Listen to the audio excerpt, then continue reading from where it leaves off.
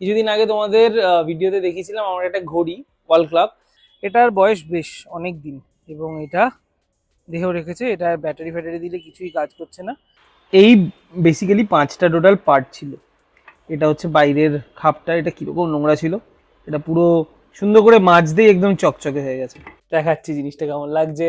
1 2 3 গো।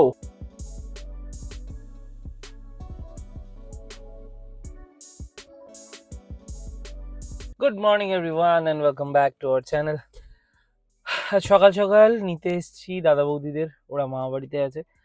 ওরা যেহেতু শিলিগুড়ি থেকে এসছে, ওদের কাছে অনেক লাগেজ আছে। প্রথমে ভেবেছিলাম টোটো করে নিয়ে চলে যাবো, তারপর দেখলাম যে হয়তো লাগেজ টাগেজ আছে, তাই জন্য ভাবলাম গাড়ি বার করে নিয়ে আসি। সকালবেলা গাড়ি বার করা একটা প্যারা, মানে ওই 10খানা বাইক সরাও, কারণ এখন জাস্ট ব্যাংকের অফিস আওয়ার্স।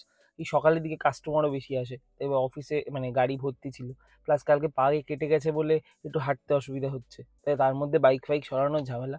বাট নিচে সড়ক কাকুরা কাজ করছে, ওরা একটু হেল্প করে দিল, তাই গাড়ি নিয়ে চলে এলাম। আর টোটো করে গেলাম না, কারণ ওই লাগেজগুলো আছে, ওই লাগেজ নেবো, তারপরে মানুষ বসবে, ঝামেলা। এই জাস্ট নিয়ে এলাম ওদের, তাড়া দিচ্ছিলাম ওদের বড্ড, তারপর তাড়াতাড়ি করো তাড়াতাড়ি করো, কারণ আমার কল ছিল একটা।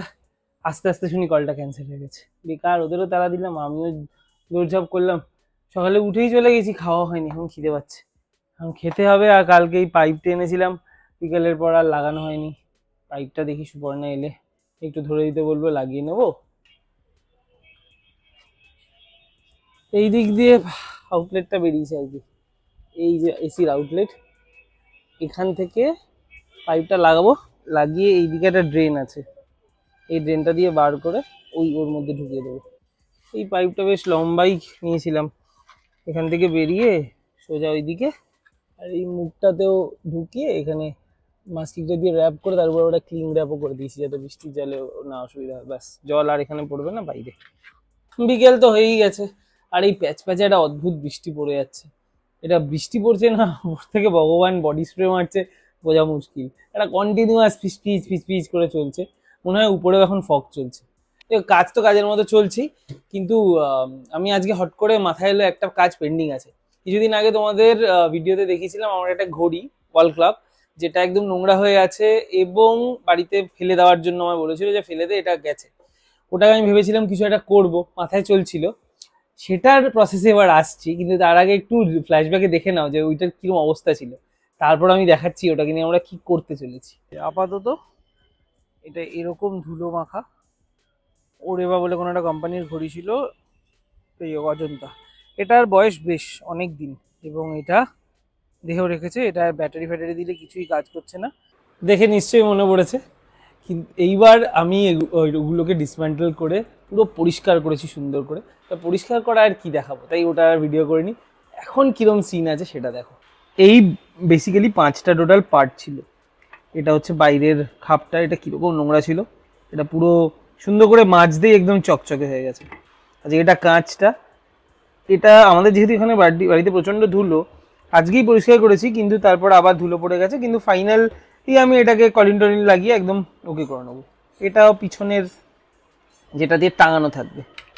এগুলো হচ্ছে ডান্ডাগুলো, মানে ওই ঘড়ির কাঁটা যাকে বলে, এই কটা স্ক্রু। এটা ঘড়ির বডিটা, এটাও একদম চকচক করছে, পিছনে একটু পালিশ করে দিলেই হয়ে যাবে। আর এটা মেশিন। এবার এই জিনিসটাই গেছে, এটাকে আর ঠিক করা পসিবল না। তো প্ল্যানটা হচ্ছে এই যে আমি এই ওয়াচ ফেসটাকে পাল্টাবো, এটার মধ্যে যেটা রয়েছে এটা আর রাখবো না, এটা গুড এনাফ রয়েছে। কিন্তু যখন আমি এই পুরো পরিষ্কার করে চেঞ্জ করছি, তখন মাথার মধ্যে চলছে যে একটা কোনো ফ্যান্সি কোনো ওয়াচের একটা ওয়াচ ফেস জোগাড় করবো। সেই ওয়াচ ফেসটা একটা প্রিন্ট আউট দেবো, নিয়ে এটার উপর লাগিয়ে মানে ঘড়ির পুরো লুকটাকে পাল্টাবো। এটা হচ্ছে প্রাইমারিলি আইডিয়া। এবার কোন ওয়াচ ফেসটা পছন্দ হবে সেটা এখনও জানি না, সত্যি আমি এখনও দেখিনি। আমি পিন্টারেস্টে কয়েকটা অপশান দেখেছি যে পাওয়া যায়, এবার ওটা একটা ভালো কোয়ালিটির চাই। যেভাবে আমি এইগুলো প্রিন্ট নিয়েছিলাম, মনে আছে ওই ভিডিওটা? না মনে থাকলে আমি লিঙ্ক করে দিলাম, দেখে নিও আমি এটা কীভাবে বানিয়েছি। এটাও, এই ছবি দুটোও কিন্তু আমার খুব প্রিয় এবং ডিআইওয়াই। তা এইটা এবার আমি এখন করব। আর যেটা আমি জেনে অলরেডি এসছি সেটা হচ্ছে এই মেশিনটা পাওয়া যায়, মানে শুধু এই মেশিনটা ঘড়ির দোকানে অ্যাভেলেবেল।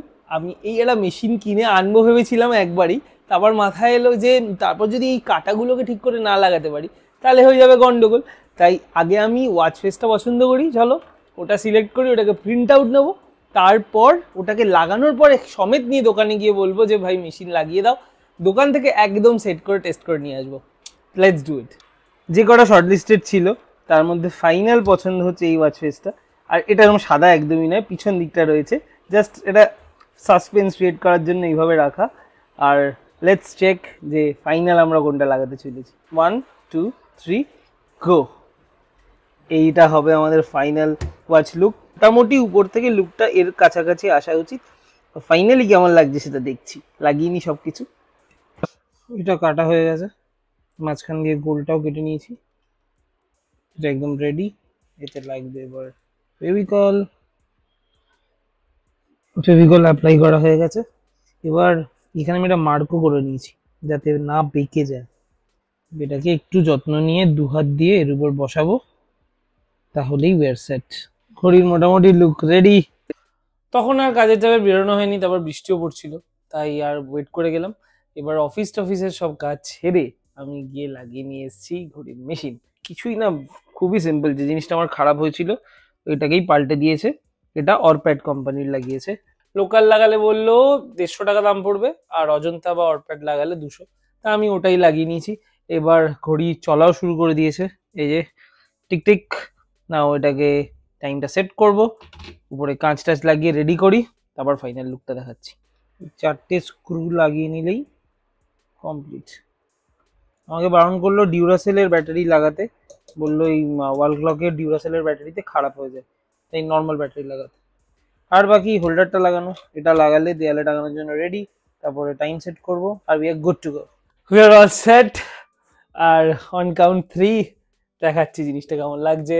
1 2 3 গো।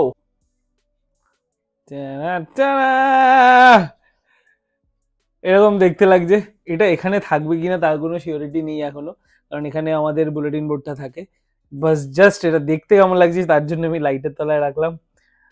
আর তোমরা একটু আগে দেখেওছো যে এই ঘড়িটা কেমন দেখতে ছিল, সেখান থেকে এইখানে এসছে। আমার তো ফাটাফাটি লাগছে।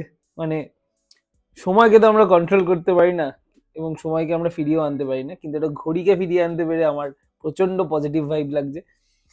যাই হোক, তোমরাও কমেন্টে জানিও এই রিভ্যাম্পটা কেমন লাগছে। আর এটা দেখতে অনেকটা ট্যাগ হিউয়ারের ঘড়ির মতো, হিউয়ারও লেখা আছে, বাট ইটস নট ট্যাগ হিউয়ার। জাস্ট এটা প্রিন্ট আউট করে কিভাবে করা হয়েছে তোমরা সবাই জানো।